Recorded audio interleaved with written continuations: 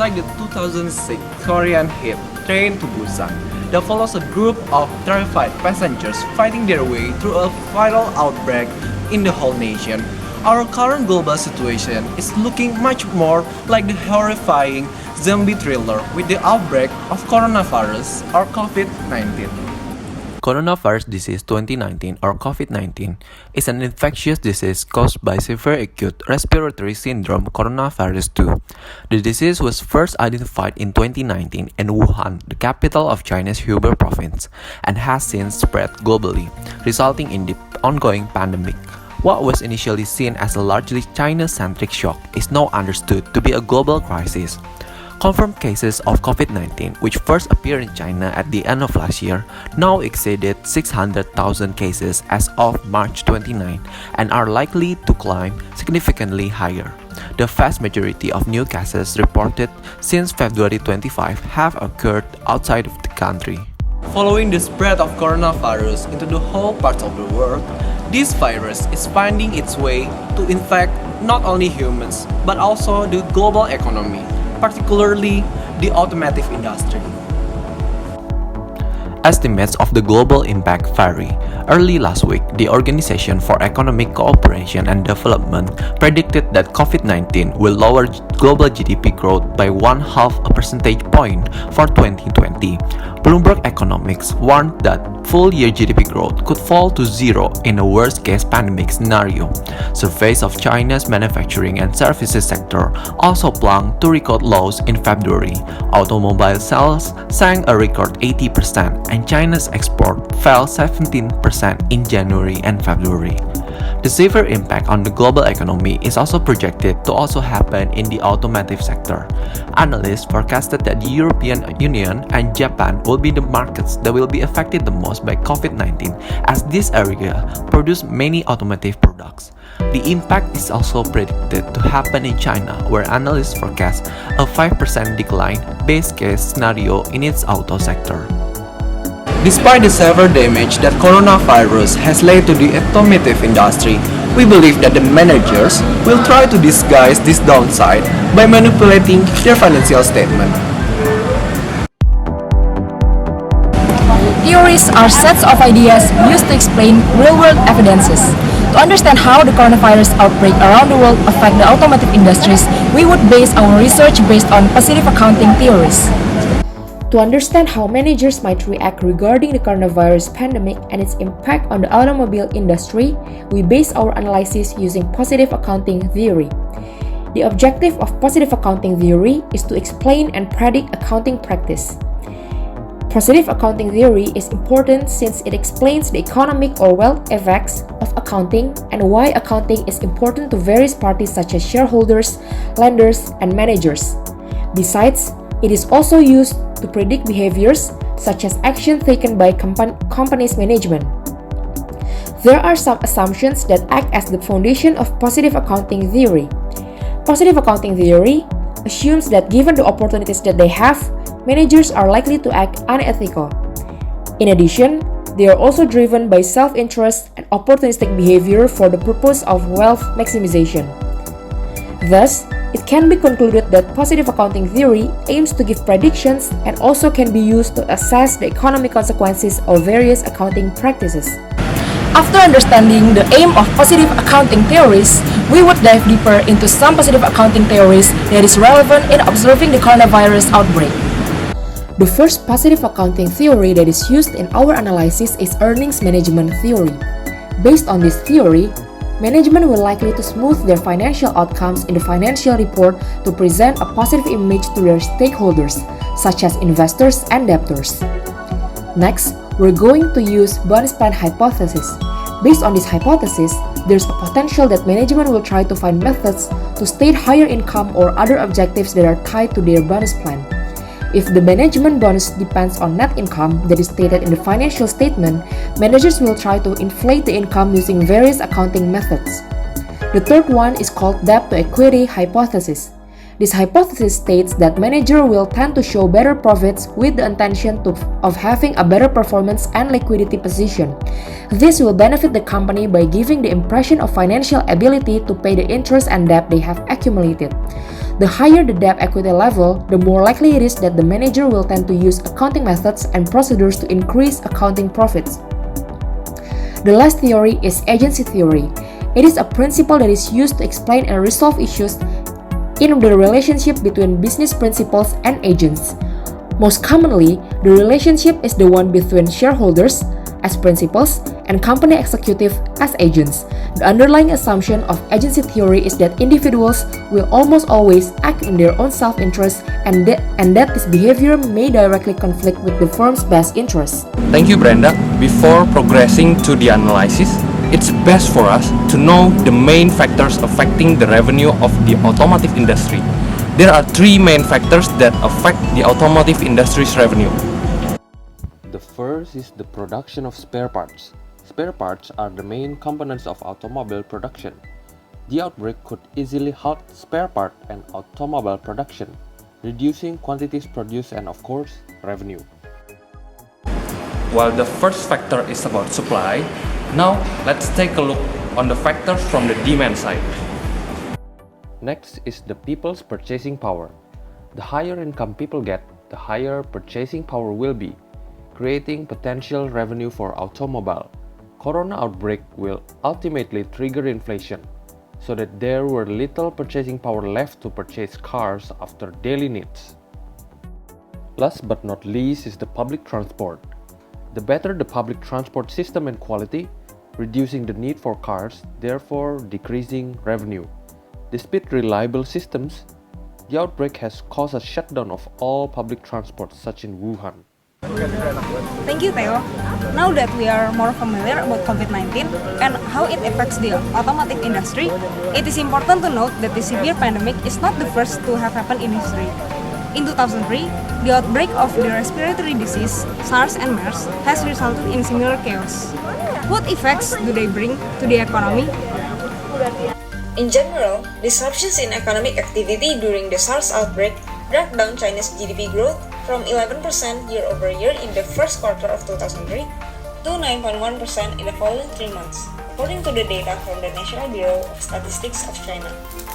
Industries which took a significant toll on the SARS pandemic are retail, industrial production, which also includes the automotive industry, import-export trade, and tourism.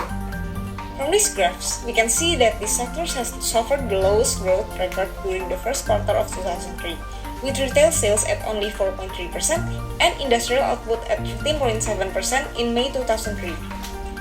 This economic slowdown happened mainly due to the government's lockdown regulation and travel ban, which forces logistics and public transportations to halt their usual activities.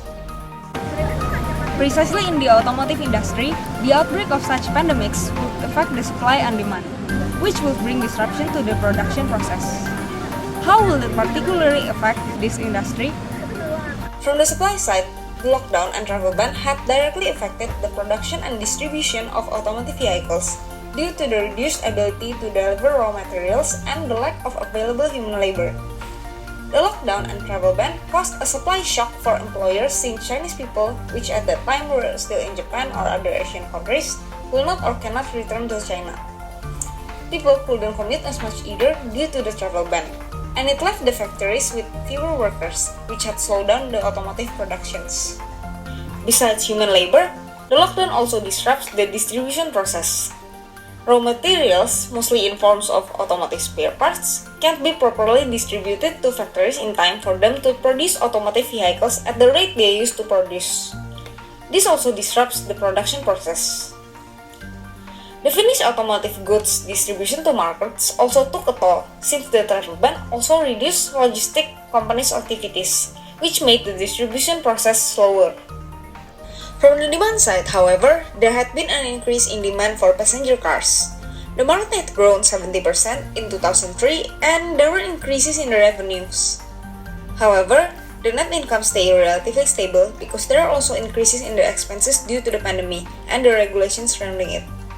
When compared to the years before and after, there had been a slight decrease in 2003 automotive industry net income, while all the revenues increases. Thank you, Marcella. Now, with the severe damage COVID-19 has happened to the industry, we see that such crises have happened in our global economy. Therefore, we're going to see about its correlation with earning management. Firms during crisis have a higher incentive to manipulate their financial statement. We can take a look at the Asian financial crisis.